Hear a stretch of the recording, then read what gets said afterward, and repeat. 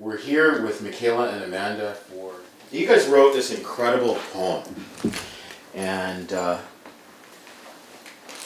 it's really funny because I started to do something about a year ago called Universal Project Word.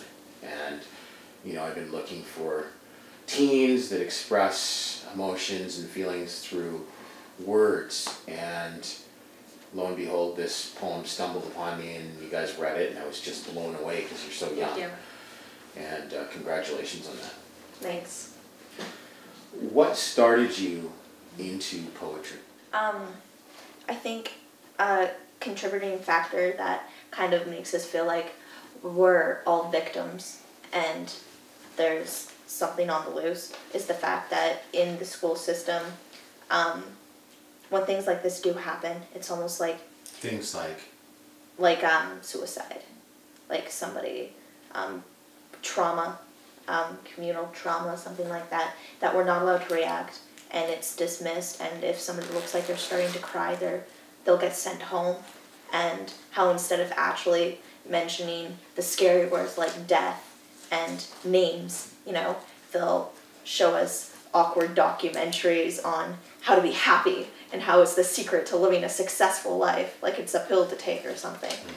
Or that if you grow up and you get this job and marry this kind of person and have this many kids, everything is going to be perfect. Yeah. Communicate, because like Makayla said, we all know pain. And I think a lot of people feel like they're very alone. And they're not. Okay. Anything you guys want to say?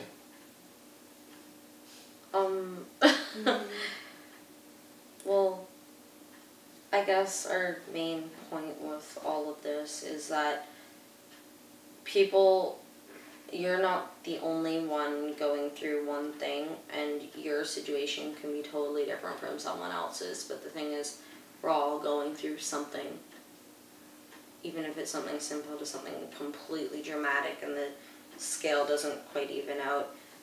It's, at least we're all going through something, and people don't respect each other, and people don't realize that. People are selfish, and it's like that's how we are. Everybody loves each other, but nobody actually likes each other. Like a card chosen at random from a magician's deck. I have selected my eternity.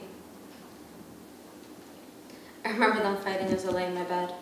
A memory I've tried to discard for 100 of the 17 years I've been alive.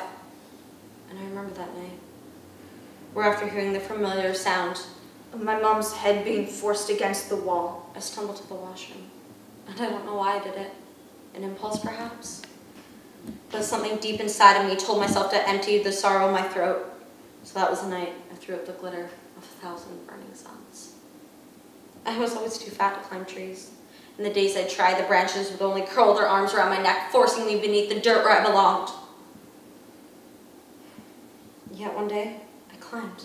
And climbed. And climbed until I reached heaven. If you've ever scaled a mighty work of nature, you know how the satisfaction, how simple the daylight is when it comes in pieces through the leaves.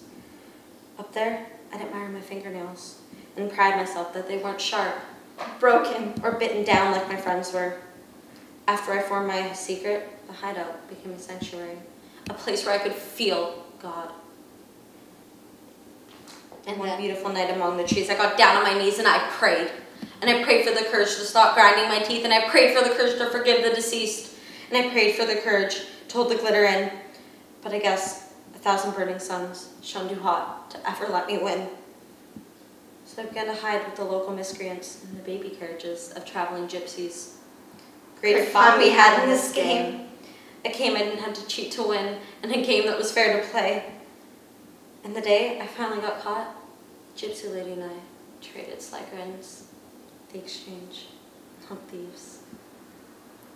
But she cut off my tongue, bonding me to a lifetime of silence, of unawareness, of freedom. So once again, I climbed those trees, and yet again I fell to my knees, and I begged. And I was begging for forgiveness, but as my face grew red and my skin boiled hot, I realized that he should be begging for forgiveness from me. And you wonder how many Bible verses you have to learn before someone who can walk on water returns. So you keep humming miracles into the harmonica because beauty can still be found in a redneck's orchestra. But yet, it's still not enough. Lord, why have you cursed me with this internal unsatisfaction?